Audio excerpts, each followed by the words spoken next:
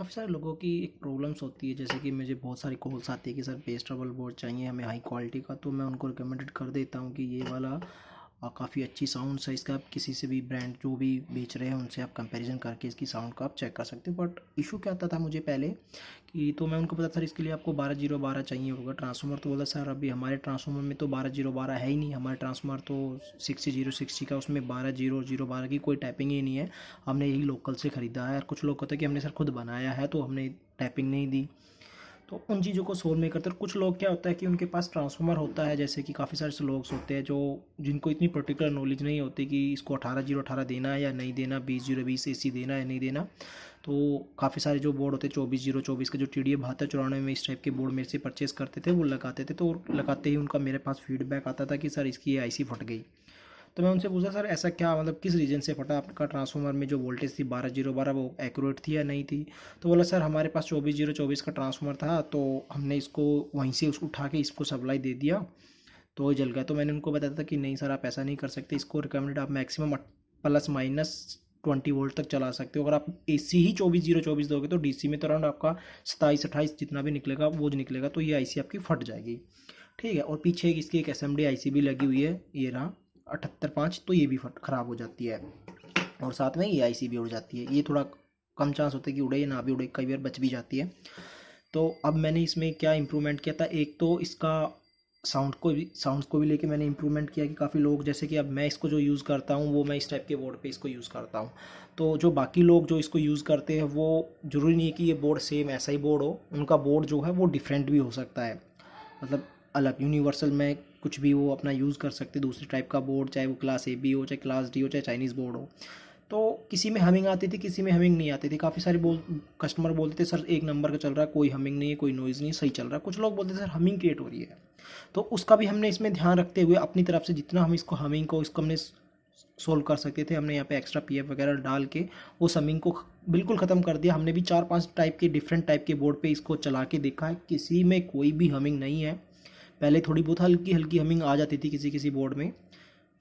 तो अब मैंने इसको 5-6 टाइप के बोर्ड पे इसको ट्राई, 3773 का बोर्ड हो, 3055 का बोर्ड हो, या 280 5200 का मोनो बोर्ड हो, स्टीरियो बोर्ड हो, TDA 7294 का बोर्ड हो, या SKT 4141 बोर्ड हो, या जो अपना चाइनीज़ जो चिप टाइप में आते हैं उनमें मैंने सब में ट्राई किया।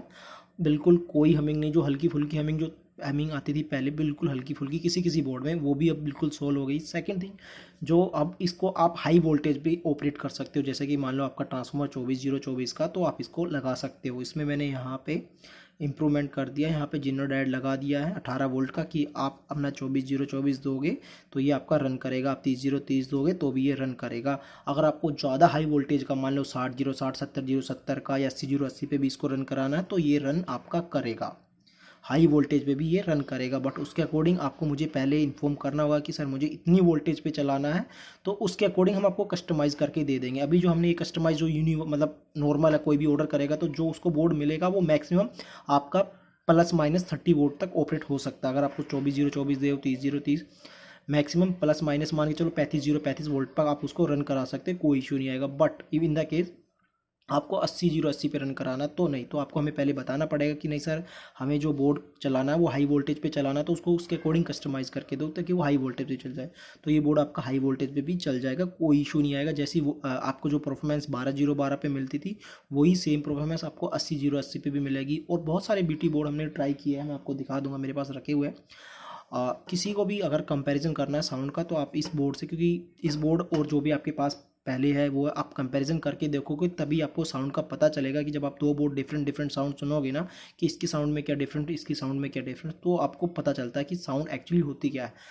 डिफरेंट साउंड सुनने पे ही आपको पता चलता है। जैसे हमारे पास पहले 3G था तो हमें अच्छा लगता था यार 3G भी बहुत ही अच्छा चलता है। उसके बाद 4G भी आया तो हमें लगा यार 4G तो और भी बेटर है, 3G से तो कुछ भी नहीं था। तो अब हमें लग रहा है कि 4G अच्छा है यार, अच्छे चल रहा है, कोई इशू नहीं है। बट अभी जैसे 5 लॉन्च हुआ तो 4G हमें लग रहा है कि यार 4G तो कुछ है ही नहीं, 5G आ गया, 5G तो बहुत अच्छा है। तो कुछ टाइम के बाद 6G 7G चलता रहता है। तो आप जब ट्राई करोगे कुछ नई चीज़ तो आपको पता चलेगा कि हाँ क्या लेवल है क्वालिटी का। तो किसी को भी चाहिए हाई वोल्टेज में तो ये बोर्ड आपका अवेलेबल हो जाएगा, हाई वोल्टेज पे भी ये रन करेगा। बाकी हमारी नई नई वीडियो भी आने वाली है। आज क्लास D का ब्रिज मोड पे भी आने वाला है, SMPS भी हमारा आने वाला है। बहुत सारे प्रोडक्ट्स हैं जो अभी लॉन्च, मतलब बन चुके हैं, रेडी है, बट मैंने अभी लॉन्च नहीं किए हैं उसके, वो भी फाइनल टेस्टिंग वगैरह हो गए, वो लॉन्च हो जाएंगे। ये बोर्ड था जो कि अभी ये लॉन्च हो गया है, हाई वोल्टेज पे भी ये रन करेगा।